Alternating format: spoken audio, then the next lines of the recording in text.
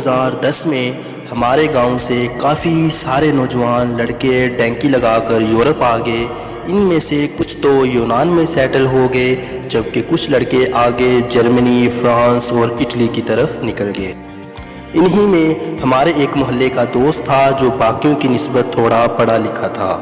وہ اسپین پہنچ گیا اور یورپ میں موجود سارے لڑکوں میں سب سے زیادہ پیسے وہی گھر بھیجتا تھا۔ دیکھتے ہی دیکھتے اس کے گھر والوں نے کافی ساری زمین بھی خریدی اور دوسری جائیدادیں اور اثاثے وغیرہ بھی بنا لیے۔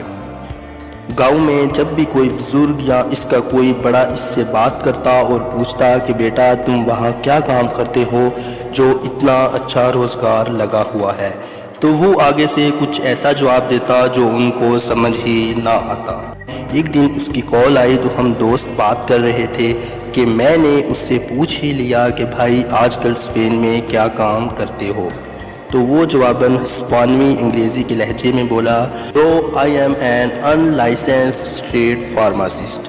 وہاں تو مجھے اس بات کی سمجھ نہ آئی اور میں نے ہوں ہاں میں جواب دے دیا۔ جب گھر آ کر گوگل سے چیک کیا تو معلوم پڑا انلائسنسڈ اسٹریٹ فارماسسٹ کو تو دوسرے لفظوں میں منشیات فروش کہتے ہیں۔ بات کچھ یوں ہے کہ ہمیں بطور پاکستانی قوم گزشتہ کوئی 8 سال 5th جنریشن وار کے نام پر بیوقوف بنایا جا رہا تھا، اور ہم سمجھ رہے تھے کہ پتہ نہیں یہ کون سی جنگ ہے جو ہم اپنی موبائل اور لیپ ٹاپ پر لڑ رہے ہیں، اور ہم بھی ڈٹائی سے بیوقوف بنتے رہے۔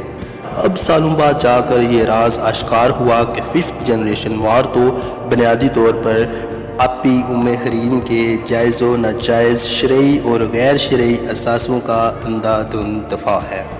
ادھر ہم ٹویٹر پر لوگوں کو گالیوں کا جواب دے کر اپنے انٹرنیٹ پیکیجز ختم کر رہے ہیں، اور ادھر آپی گیم ڈالتی رہیں۔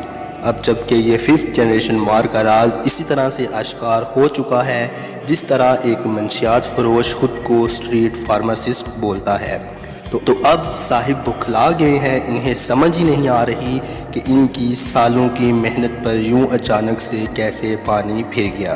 اب بکھلاہٹ میں کسی بھی حد تک جا سکتے ہیں، لیکن یاد رہے کہ اب ان پر بھی ہر طرف سے ویسی ہی تھو تھو ہوگی جیسے تھو تھو میرے اس ہسپانوی دوست پر پورے گاؤں میں کی گئی تھی۔